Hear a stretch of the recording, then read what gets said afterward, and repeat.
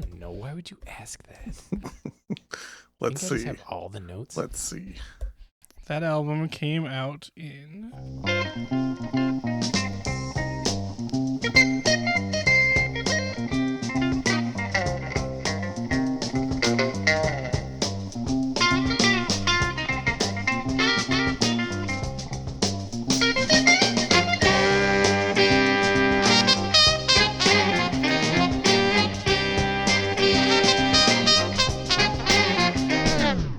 Welcome to I Buy That for $1, a podcast about inexpensive, common, and underappreciated records that are waiting to be rediscovered. I'm your host, Sean Hartman, and I'm something of a wizard, and yet anything but a true star. All right. I'm co-host Jeremy Ruggles, and I found out that I have the same favorite Todd Rundgren record as Frank Rositano Interesting. from 30 Rock. What is it? The album that we're going to be talking about today? His favorite was Hermit of Melancholo. Wow, how did you know that? That's incredible, Wes. Because I had to remember the joke. I was like... Oh, wow. Good recall. Yeah. The joke is that nothing rhymes with Hermit of Melancholo. That lacks context to make that funny still. I'm just amazed that Wes pulled that out. So, well, Big 30 Rock. yeah. I am co-host Peter Cook, and I have written a short story that I would like to recite for all of you right now. It's another example of microfiction. Ooh. Bring it. Are you ready? A blizzard, a new car. Oh. You got to fill beautiful. in some of the spaces, Yeah. but it tells a story. A Michigan story. A Michigan story. Really Perhaps. paints a picture. They should have put that on a Band-Aid and put it on the record. Oh, true. And Do I introduce myself now? yeah, we have a guest with us. Hey, I'm Wes Wheat, and I don't know. I just don't know what to feel, I guess. International feel. Yeah, you could start with International Feel.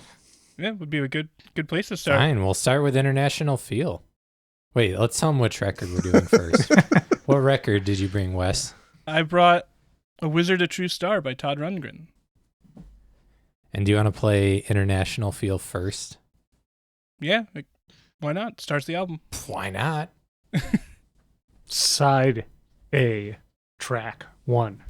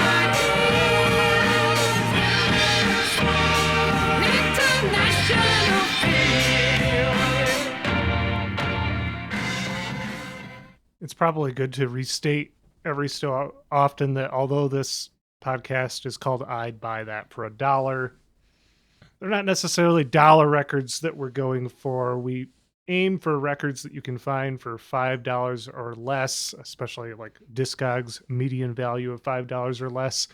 This one's probably cheating a little bit. I paid, according to the price sticker, $6.99 a couple years ago. But I'd say that you're not going to find too many records that sound like this for the price that you can find a Wizard of True Star for. Yeah, I would agree. I still find it in dollar bins occasionally, less and less, but it's still easy to find for less than 10 most places. And yeah, it's all over the place. It's a wonderful record. There's a lot of strange sounds going on that, yeah, normally would have to be a much pricier, more experimental, rare album. Yeah. Also, great bang for your buck at 56 minutes long. True. One of the longest single LPs.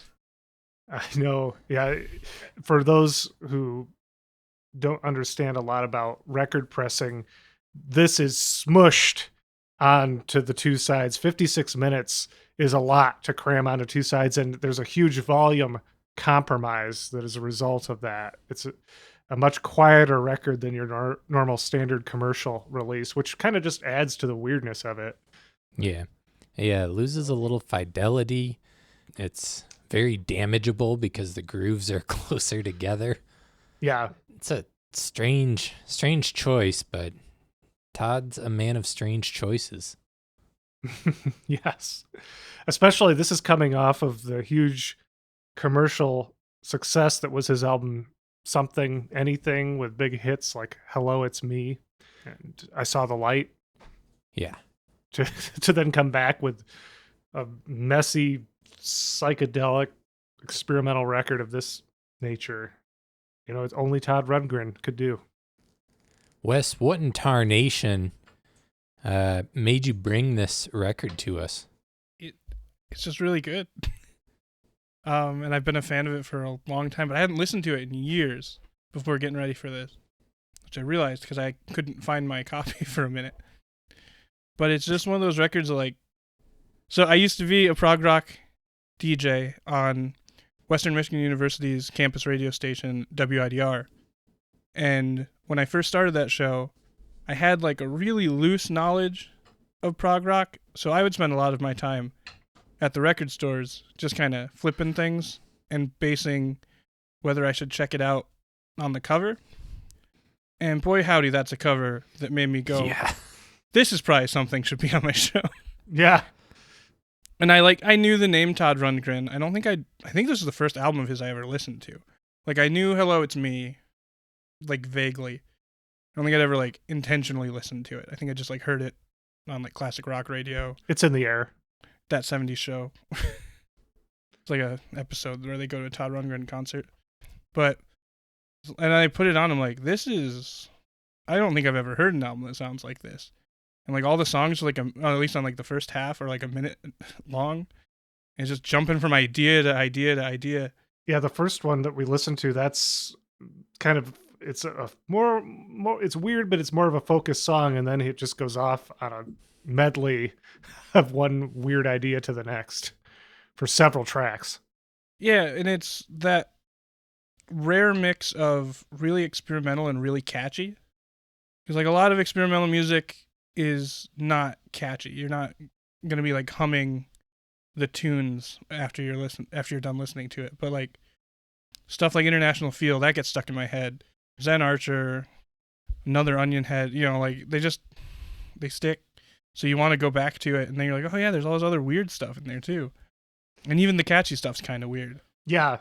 Yeah, it's a really unique collision of experimental and pop. And I love that hybrid. Bands like Thinking Fellers Union, Local 282 were good at being both catchy and weird. And I'm a big fan. And I didn't know of this record until a few years ago. I was talking to former guest Stephen Plastic Crime Wave Krakow and how I'd been listening to Something Anything a lot. And he was like, have you checked out A Wizard of True Star? No. And he was like, run, don't walk to the record store. You will find a copy for not too much. Get it, put it on. And I did, and just spun it over and over and over again. This, like you, Wes, was also the first Todd Rundgren album I'd heard. Also for the exact same reason. I was flipping through a friend's record collection and just saw it and was like, what is this? And put it on, and I was in the right headspace at the time. And yeah, it's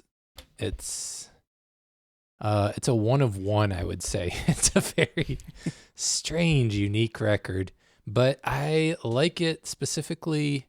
Similarly to you, I would also say it doesn't feel like weird for weird's sake. It doesn't feel like he's trying to just make something aggressively experimental.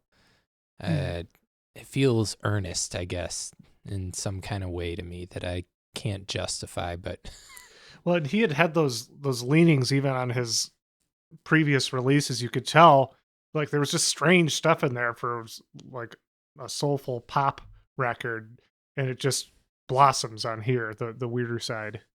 Yeah, and it's just one of those albums that if someone's like likes weirder stuff but also like a pop sensibility, it'll click with them like immediately. Because I remember I was record shopping with a buddy, and I was like, hey, I'll buy you a record, one of these two. And the two I had in my hand, because there's two I liked and had recently, I think it was like not long after I'd gotten them.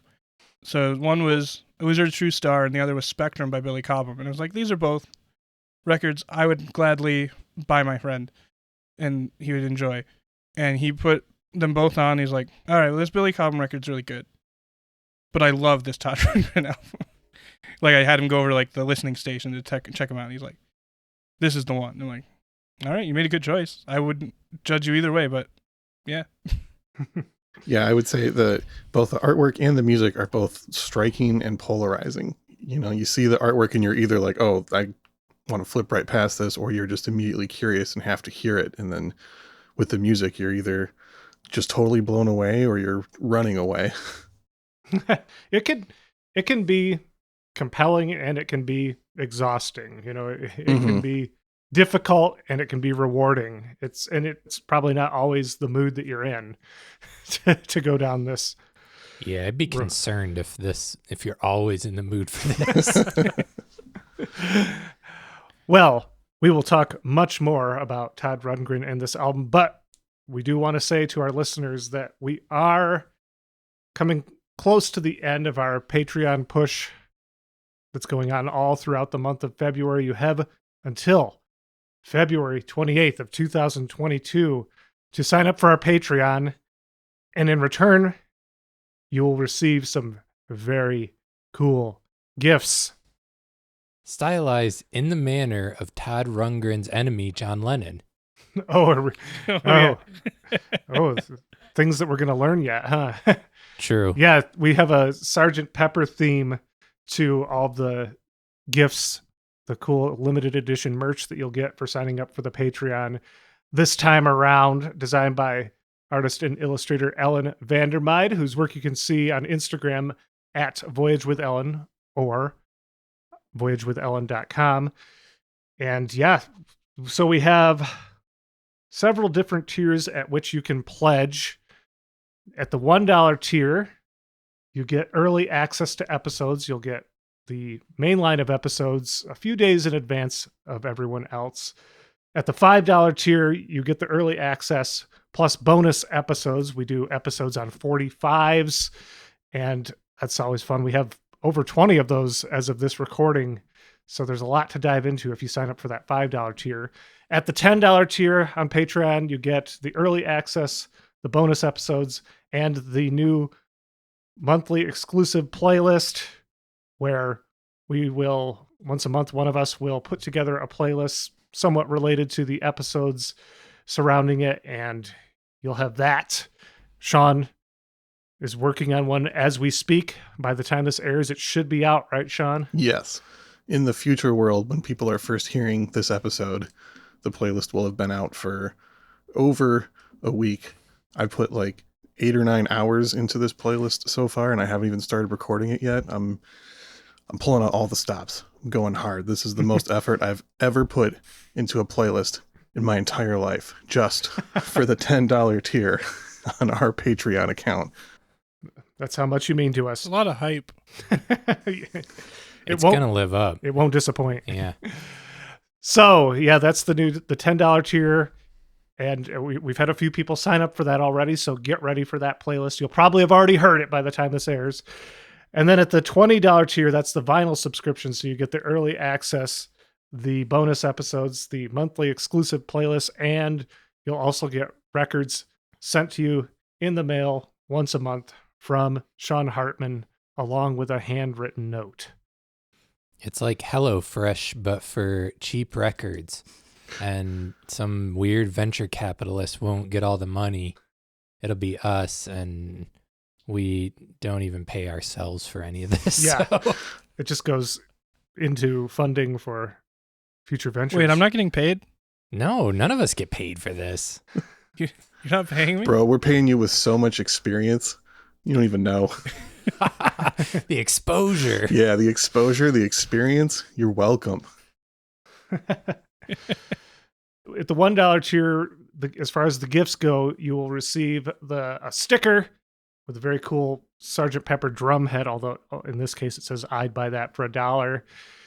At the $5 tier, you'll get that sticker, plus you'll get a tote bag with the entire cover of Sgt. Pepper reimagined with us as the Beatles, but Ringo's still in there. Maybe we could have had Wes in there as Ringo.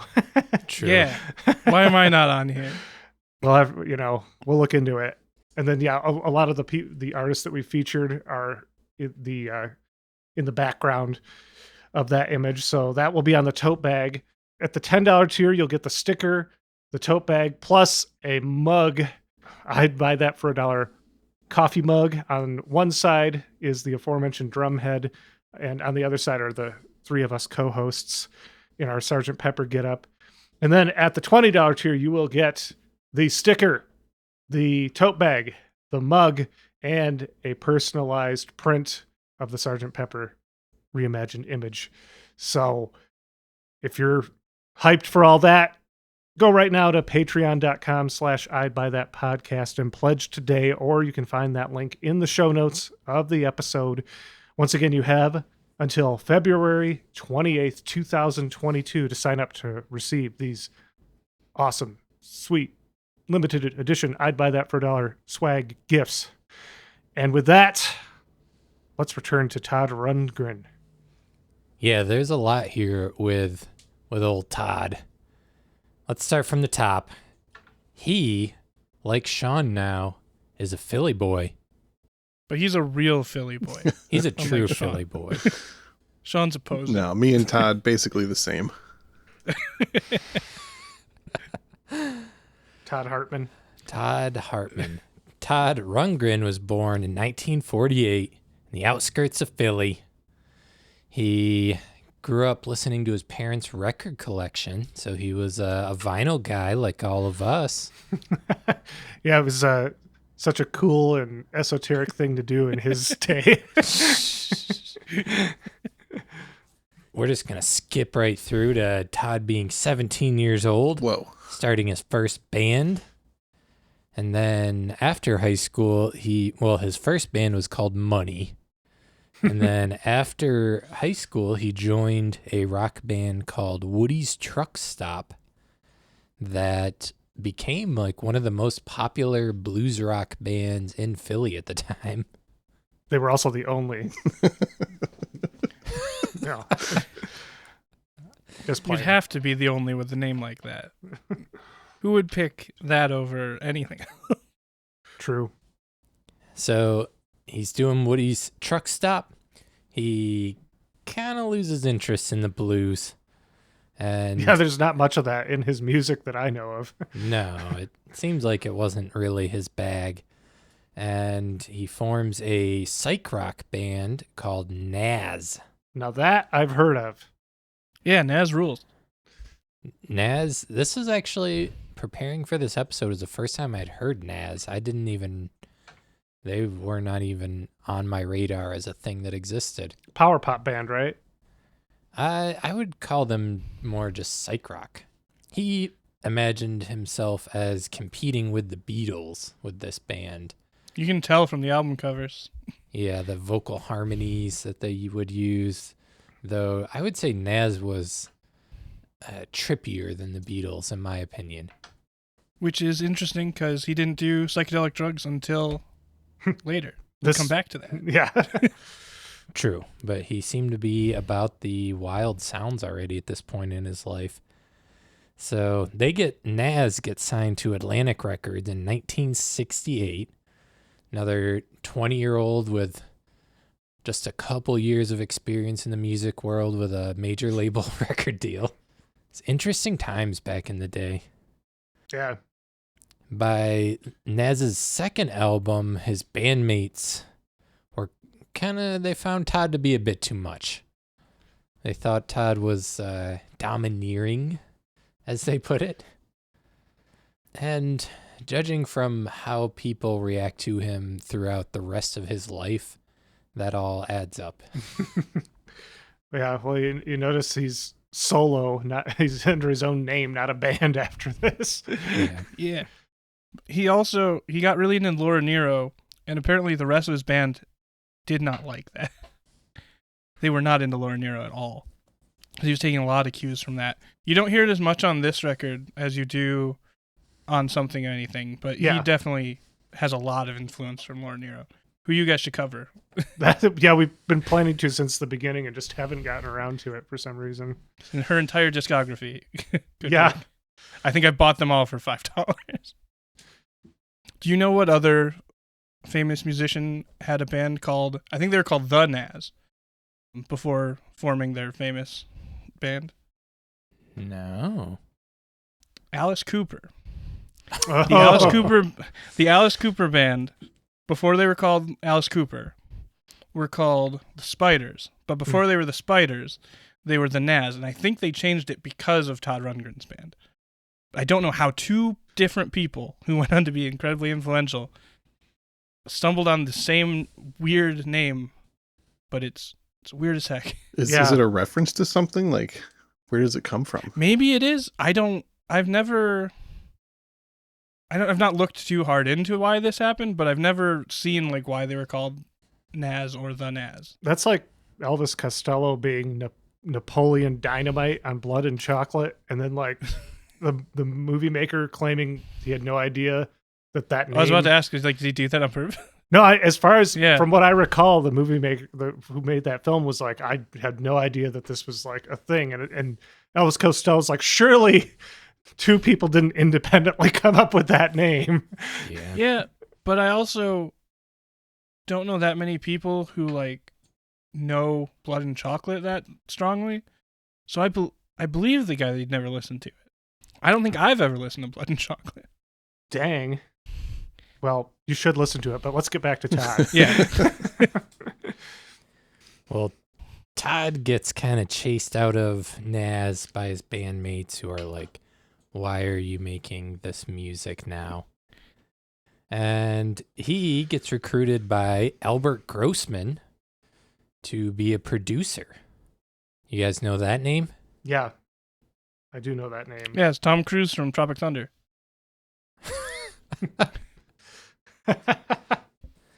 Yeah. Albert Grossman managed Bob Dylan, Janis Joplin, Peter, Paul and Mary, Gordon Lightfoot, Odetta, all the big time folkies in that era.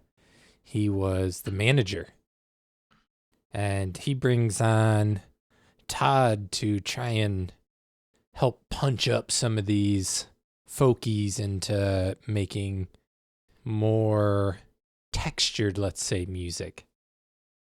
Yeah, I saw in an interview with Todd that he felt he was the guy that studios called when an artist was kind of in a rut and needed some like new creative energy to spark something or to make a band sound more interesting. Yeah, that tracks with a lot of his career as a producer that we'll get to in a bit here. I believe the first record he produced with that was a group called The Great Speckled Bird. Oh yeah, that's Ian and Sylvia. It's Ian right? and Sylvia. Yeah. Yeah. It was Ian and Sylvia, who you should also cover on your show. Yeah, that's another one. Long been planning on doing. I will come on for an Ian and Sylvia show. I love Ian and Sylvia. Excellent. We'll do that sometime. So he decides he's going to be a producer and he's not going to do the performing thing anymore. And that lasts for like a few months before he starts recording his first solo album, which is called Runt, and doesn't actually have his name on it. It's under the moniker Runt as well. It's also the source of the 30 Rock joke we referenced earlier. Oh? The reason that he said nothing rhymes with Hermit of Mink Hollow was because they were trying to reference, or Tina Fey's character, Liz Lemon, was trying to reference Runt, because something does rhyme with Runt. Yeah. And someone had called her that earlier in the episode, and she was trying not to say it. Right. I follow now. It took me forever to get that joke. I think I finally was like, oh, I get it now. Some people that saw that episode may be getting it for the first time now. Thanks to us. I think most people don't get the Ethan Allen joke, but this isn't a 30 Rock podcast, so I won't. It is now. All right, sticking on Runt. In 1971, he puts out his second album under the moniker Runt, but the album is called The Ballad of Todd Rundgren. Man. And as Wes mentioned previously, very much influenced by Laura Nyro. He gets kind of a reputation that he doesn't like with those albums and with the next album he would put out, Something Anything, as sort of the male Carole King. And he was not a fan of being labeled that. That's funny because I definitely, hearing more of his soul-based stuff, I was like, oh, this kind of reminds me of Laura Nyro and Carole King. Yeah. Yep. It's definitely there. Did you know Laura Nyro at one point asked him to be her band leader when he was still in Nas? Interesting. Yeah. And he seriously considered it, but he wanted to stick with Nas. And then those ungrateful bastards deleted all of his vocals on the third album. Wow. He quit the band. They'd been working on a double album that got released as their second album, like half of it. And then he quit, or was kicked out or whatever. And they released Nas 3, where it's all written and produced by him, except they re-recorded all the lead vocals with one of the other singers. Just funny because it was one of the guys who like famously didn't like Laura Nyro. And like there's a lot of Laura Nyro in that third Nas album. And if you look at, I just bought a copy like the other day, and if you look at the back cover, there's a picture of the whole band, including Todd Rundgren. I'm like, but he's not there. Those aren't his vocals. Weird. Far out. Well, let's play them another song before we dig in any further here, Wes. Where do you want to lead them next? Let's go with Zen Archer. A fine selection. I love Zen Archer.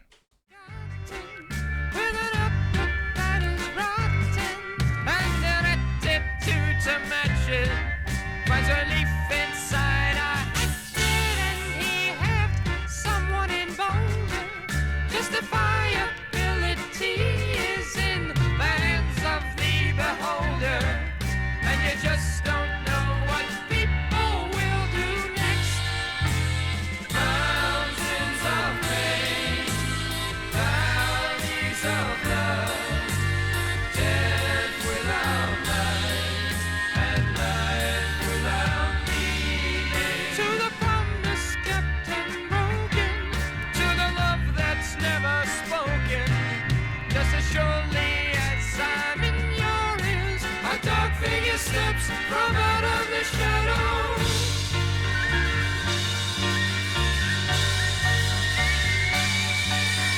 Pretty roses inside.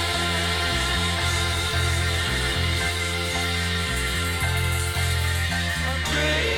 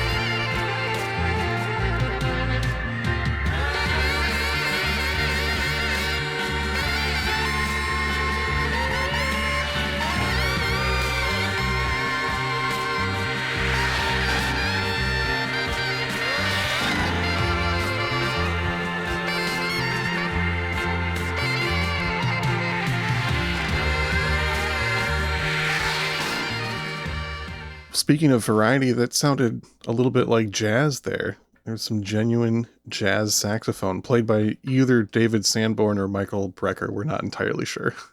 Yeah, this thing's got some big names. It's not quite as star-studded as some of our other more recent albums, but yeah, David Sanborn. Oh, that saxophone could have also been Todd Rundgren. I think Oh. that's is he credited It probably on isn't, saxophone? but he is credited on saxophone as well, yeah. He is credited vocals, guitars, keyboards, synthesizers, bass guitar, drums, percussion, saxophone, electronic effects, production. Yeah, most of this is him, Hmm, but maybe we're getting ahead of ourselves. perhaps. Perhaps. Perhaps. Well, we'll pick it up. We were back in 1972. He puts out Something Anything and Double LP. double LP and kind of a bridge, I would say, between his initial albums under the moniker Runt. This is the first one that bore his name, Todd Rundgren, and kind of introduces more of the like psychedelic aspects and some of the kind of playful, strange Todd, I feel like gets kind of introduced in there. And that leads us to one of his biggest hit songs, Hello, It's Me, that still gets played on the radio almost nonstop, I'd say. It's probably being played somewhere right now on the radio.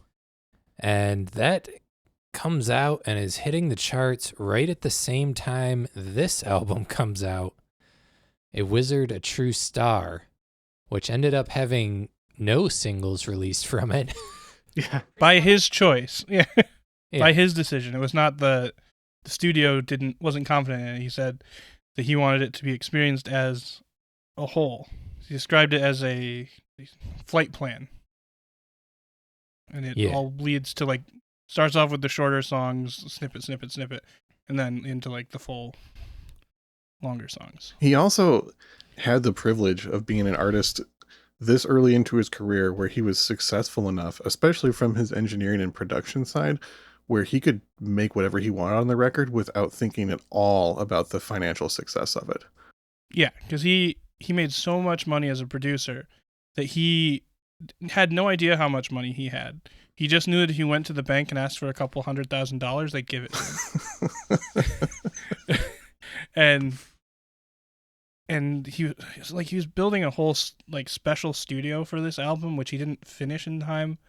Like there's all kinds of weird stuff that he was doing for this record, and I think he said it in the end. He felt it was rushed.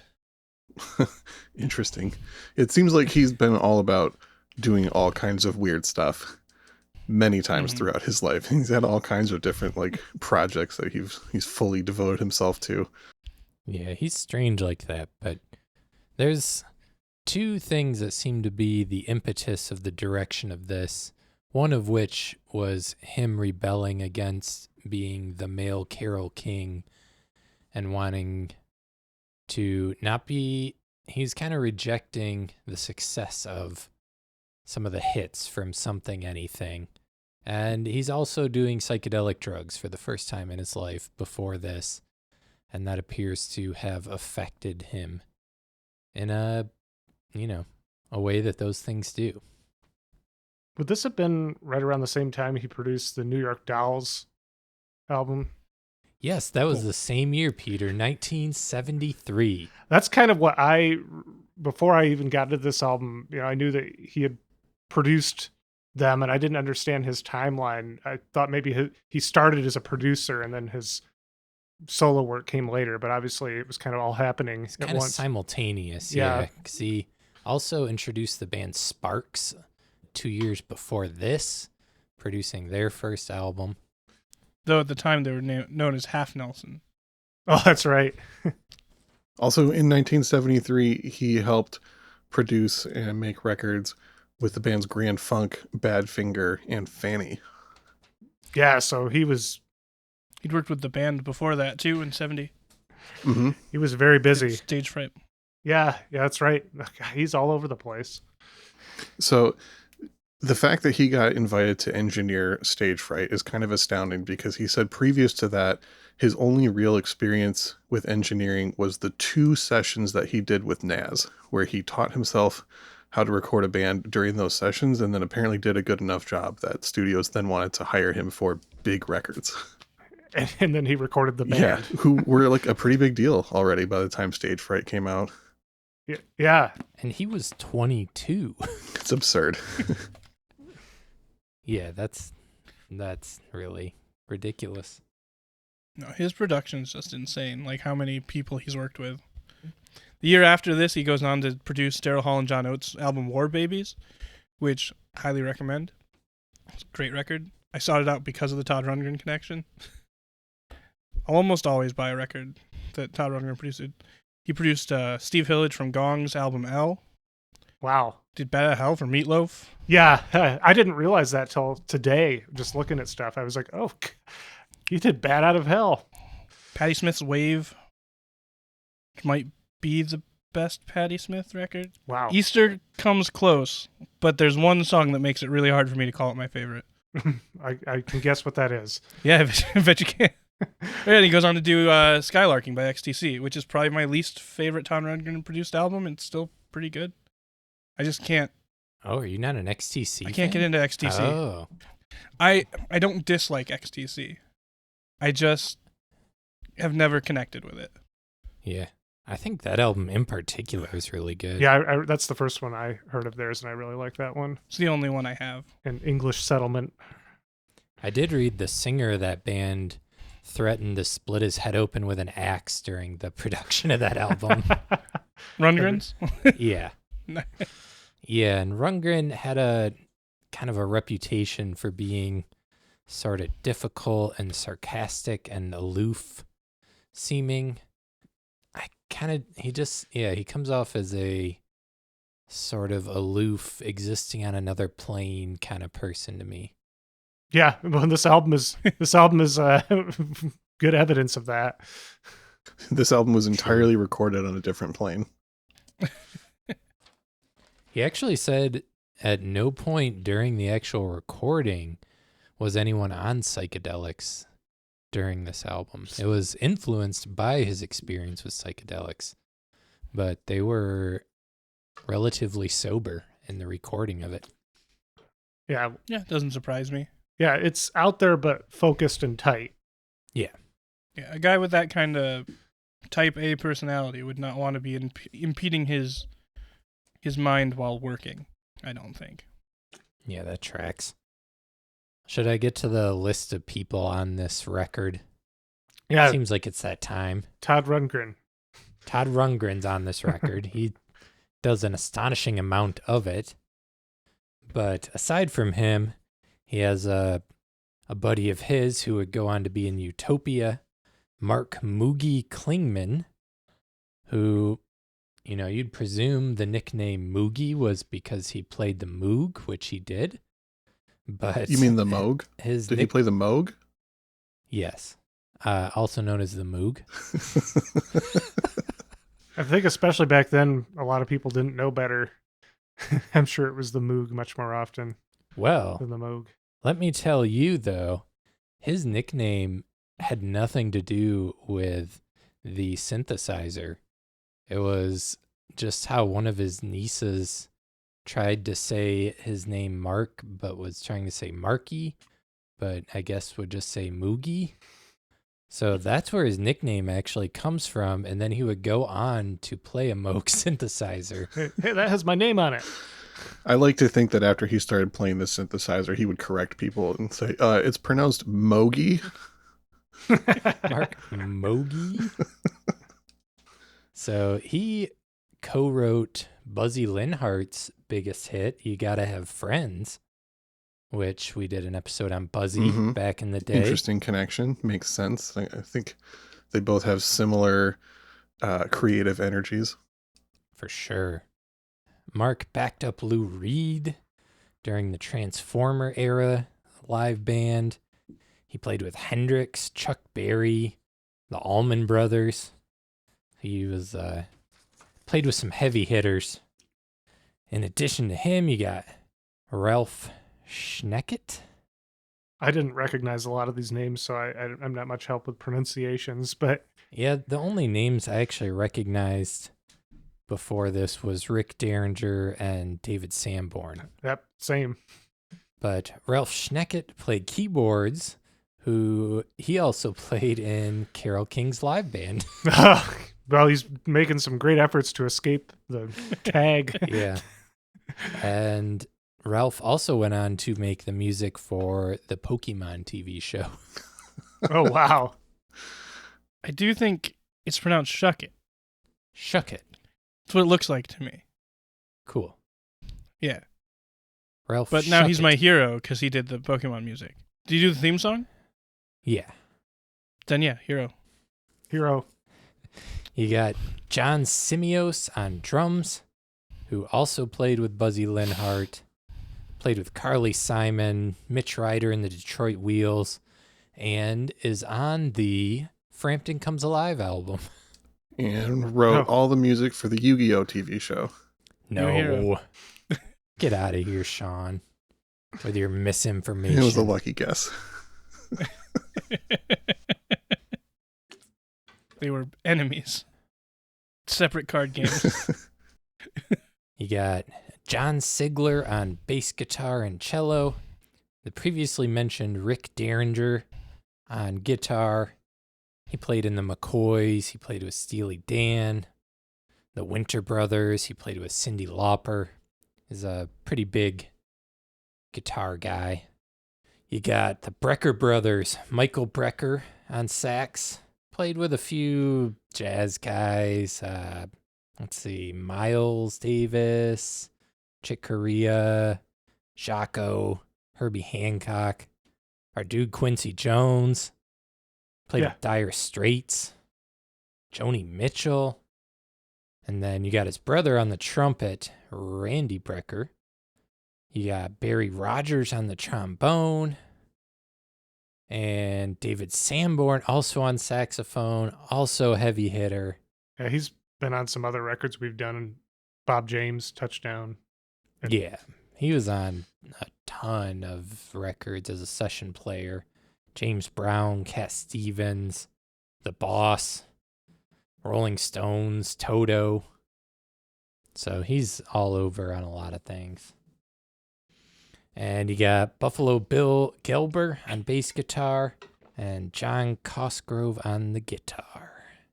I want to circle back to Michael Brecker.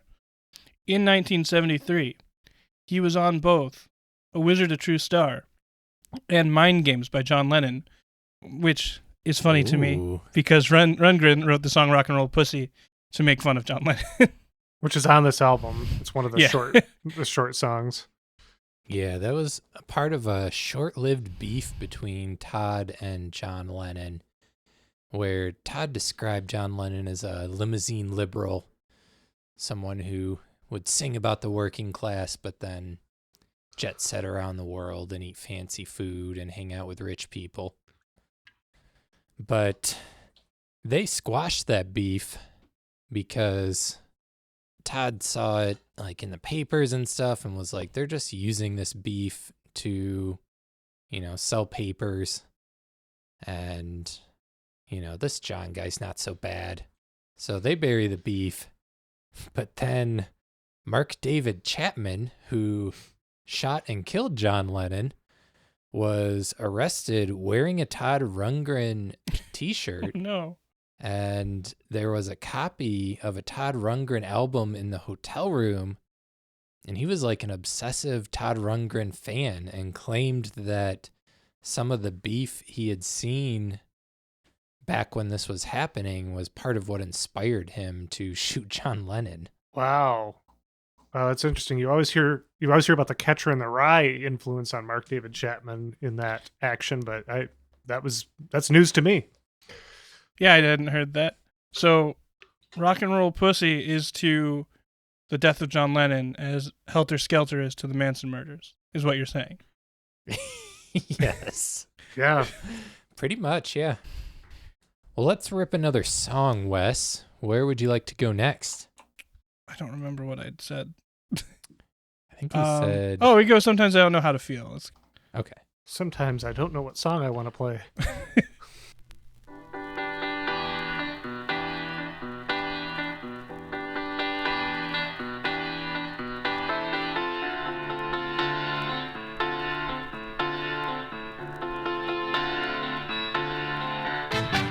Sometimes I don't know. Sometimes I don't know. I just don't know what to feel. Sometimes I don't know.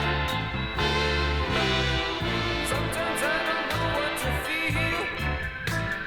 Everything I thought that I knew starts to look so unreal. There's a ringing in my head that keeps me awake at night. Sometimes I don't know what is right. Today I saw a car push my little dog under its wheel. It did not even stop, it just sped off and out of sight. Sometimes I just feel so afraid, but I know that no one else has it made.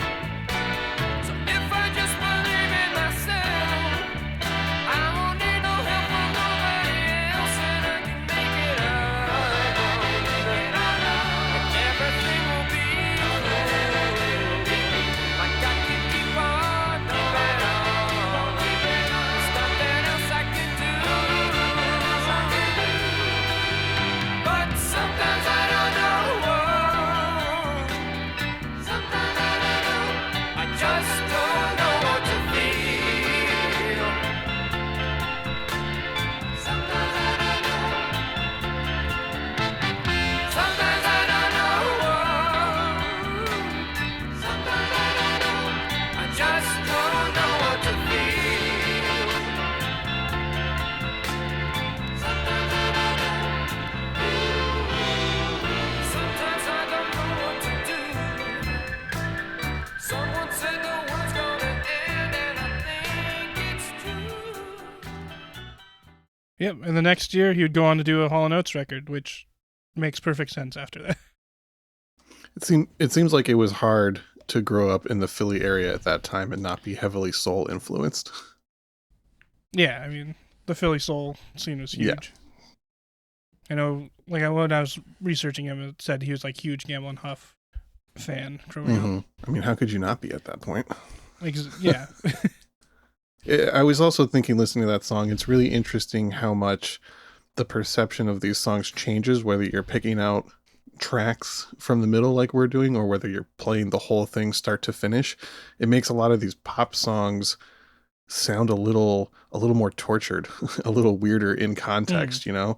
They're like kind of a break from the oddness, but it just seems like the weird songs on either end are pulling them apart somehow. Yeah.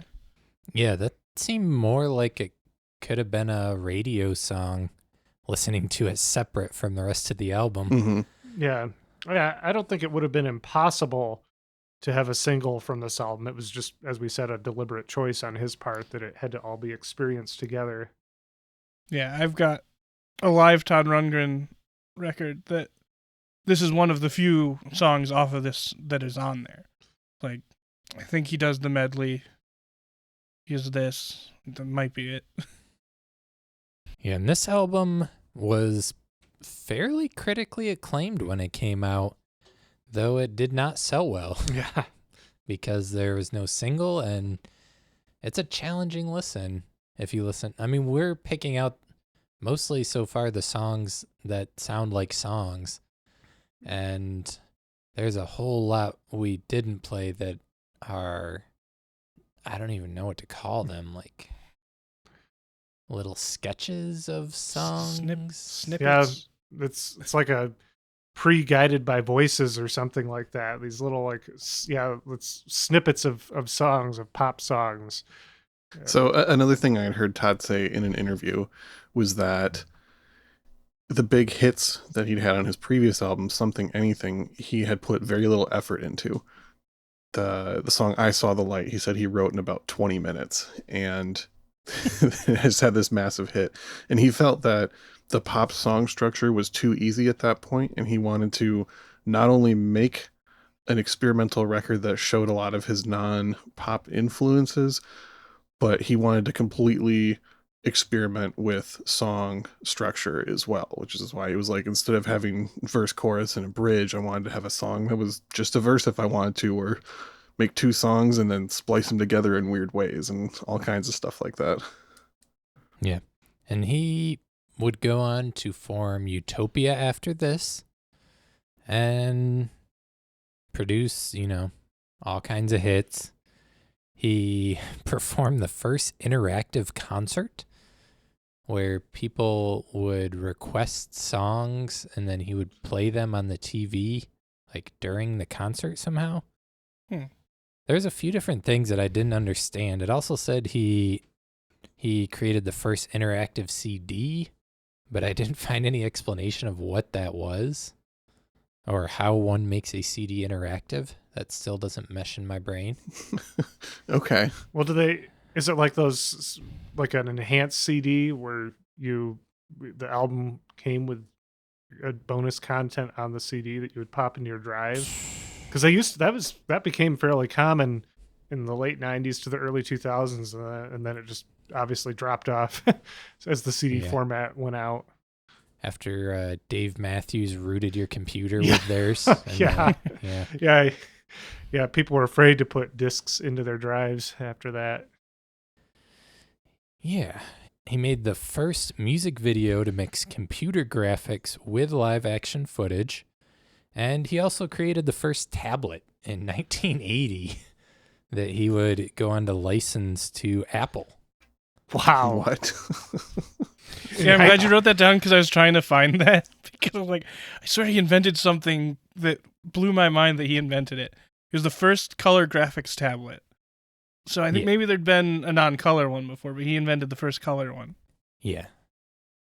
So he was a pretty wild dude. He's still out there. He just got inducted to the Rock and Roll Hall of Fame in 2021. It feels too late. Yeah. Feels way too late for him. People asked him about that for years, and he's like, I don't give a shit about the Rock and Roll Hall of Fame. I'm a wizard, a true star. Yeah, he's had enough money to not have to do anything since 1970. Well before that. Yeah. And so it's like, what's he care about accolades?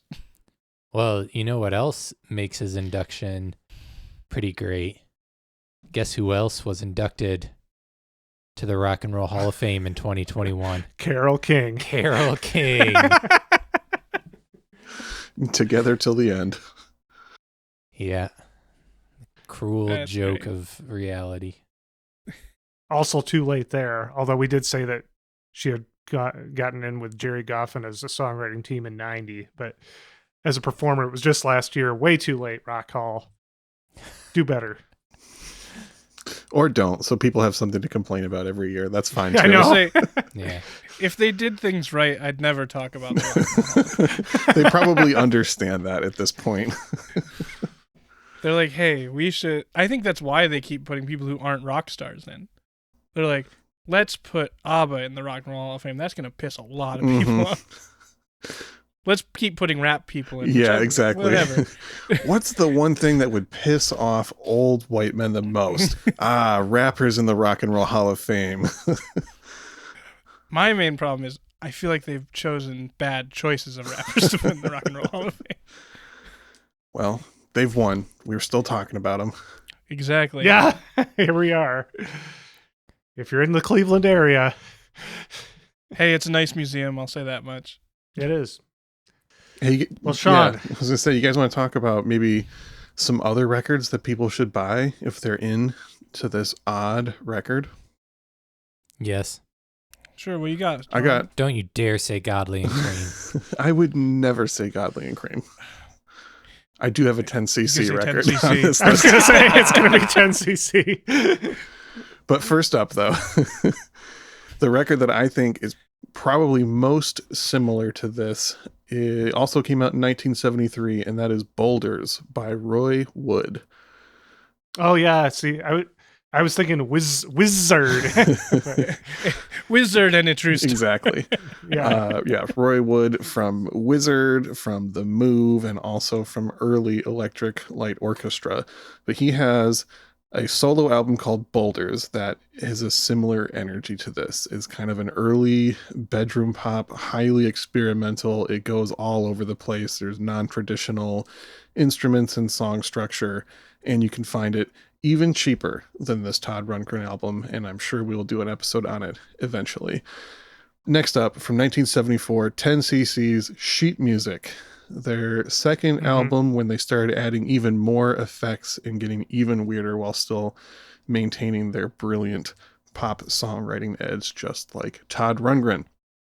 And my last recommendation, because I feel like some other hosts might have a few to add as well, from 1979, something a little bit different, but I think works really well, Stevie Wonder's Journey Through the Secret Life of Plants, which was another album from a pop songwriting genius that confused a lot of people in its odd direction. So if you're into that kind of vibe, definitely pick up that Stevie Wonder record. Anybody else got any recommendations? One that I was thinking of that, I don't know, it doesn't really qualify as that strange of a record, nor does it probably can't be found for $5 or less anymore because of a certain popular television show that it was used in. But the Badfinger Straight Up, which was produced by Todd Rundgren, you used to be able to find that for next to nothing. That's got Baby Blue on it, which famously was used in the finale of Breaking Bad. And I think that was one of the impetuses for its rise in price. I don't know if, Sean, you would have been selling records prior to that. Did Badfinger used to be more cheap? Badfinger LPs have always been hard to find since I've been looking for records and knew about that band. However, their 45s are always really, really cheap, which has kind of been interesting to me. Like the songs from the albums that are expensive are dirt cheap, like $1 for really nice copies kind of thing. But occasionally you can find Badfinger records. The cheapest... It depends on the Badfinger. It does. record, I would say probably one of the cheapest, easiest ones to find is Ass, which is also Todd Rundgren produced. Oh, okay. Yeah, that's one that I've meant to spend more time with because the name is humorous to me in my juvenile sense of humor. But I don't know if that one, if they get, I mean, Badfinger do get a little weird here and there. Like, not, I wouldn't say so much experimental as like they kind of jump into some weird songwriting places sometimes. But I still think they're still an overlooked, underappreciated band. Mm-hmm. Definitely creative song structure and approach, but just amazing pop songwriting. Very underappreciated band, even though the records are not cheap. Any other suggestions? No. I'm gonna. I have one. Oh. At least one. I mean, I'd pick up if you see a record and you see Todd Rundgren produced it. It's probably worth checking out. But probably the one I would most recommend if you like this one would be Hall & Oates' War Babies, which came out in '74. He put them more in like a rock format, which they hadn't really done at that point. They'd been much more soul focused. And he plays lead guitar on that record, and it kicks ass. It kicks a Badfinger album. It does kick a Badfinger. Wes, is there anything else you want to say about Todd before we get out of here? He's Liv Tyler's dad, sorta. Oh, I did see that. He was in a long-term relationship with Bebe Buell, the Playboy Playmate, who is Liv Tyler's mom. Also very good friends with Patti Smith. If you read the book, Please Kill Me, there's like a whole section where Bebe Buell and Patti Smith are talking about Todd Rundgren. I meant to pull that book out and find it before this, but I didn't because I don't know where it is. But I just remember reading it because like he hung out with the punk people, even though he is by far not someone you would consider a part of that scene other than the fact that he did the New York Dolls album. But anyway, Bebe Buell is Liv Tyler's mom. She had an affair with Steven Tyler of Aerosmith, but when she gave birth to Liv, she had no interest in having a continued relationship with Steven Tyler because he was majorly on drugs at that time, and she's like, this will not be a good father. So Todd Rundgren raised her as his own daughter until they split up. And then around the time she was 10 or 11, she found out that Steven Tyler was her actual father. And then she started appearing in their videos. The Yeah, and it's Aerosmith weird. videos. That video... No. Well, any final thoughts on Todd? Do you think we've done the wizard, the true star, justice here? Of 70s artists who get called God, he's better than Clapton. That's perfect. I can't think of a better way to wrap things up here, Wes. Do you have anything you'd like to plug? I mean, I don't have a lot to plug. I just, things I never mentioned the other times. I do still have a defunct podcast that is up called Clock Blocked, which is about time travel media. You can listen to it. It's pretty good, I think. I also keep forgetting I have an EP on Bandcamp that you could check out if you want from several years ago. The band is called Captain Gelato and the Supersonic Cosmonauts. We got made fun of by people from the Hard Times, so Wow. there's that. Wow, what kind of music is it? Like It's psychedelic? yeah, it's psychedelic. It might be bad. I don't know. I like it. Friend of mine was moving back to Indonesia after finishing school, and 3 of us who all knew each other through Wider decided to make an album real quick. So it's a real short EP. It's like 5 songs long. It's about like 30 minutes. So if you got an extra 30 minutes, go on to Bandcamp, check out Captain Gelato and the Supersonic Cosmonauts. Captain Gelato and the Supersonic Cosmonauts. Yeah. Got it. Well, thanks so much. Oh, you can also check out my old prog rock shows. They're on Mixcloud. Oh, are they? Yeah, Captain Gelato should be on Mixcloud. There's a handful of prog rock shows and then like 2 jazz shows before Wider told me that I wasn't allowed to put them online anymore. But I was like, I'll do that, but I won't take down the ones that are already up. Ooh. Bold. Yeah. You got a rebellious spirit in you. Got a little Todd Rundgren in you. Yeah. Well, thank you so much for joining us, Yeah, thanks for having me. Captain Gelato, Always happy to be here. a.k.a. Wes Wheat. Yeah, third time. Third time you've been on. And I've done the trifecta of hosts. Yes, it's true. It's true. You've, yeah. Co-hosted with all 3 of us now. All right, well, we are going to wrap up this episode of I'd Buy That for $1. What are we going to leave them with, Wes? What did you pick for us to go out on? Well, since the last time I was here, we covered a Smokey Robinson record. I figured it would be amiss of me to not feature the Smokey Robinson cover that's on A Wizard, a True Star. So we're going to end out with his cover of Ooh Baby Baby from the Melody of Soul songs that he has on side 2. The medley. Did I say melody? Yeah. It's My okay, brain- though. It's a melody and a medley. Yeah, I love the medley he does here. It feels like listening to soul music while on drugs to me. Not that I've done that. He would never. It's yeah. He imagines that's what it would be like. I imagine that's what it's like, though. Well, thanks for joining us, Wes. I'm co-host Jeremy. I'm co-host Sean. I'm co-host Peter. Remember, check out patreon.com/I'd Buy That podcast before February 28th to get those cool exclusive gifts. Do it. The mug looks really cool. Oh, it is.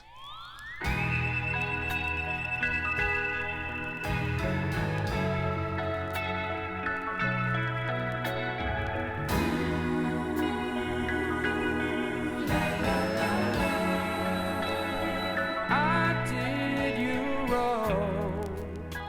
My heart went out to play.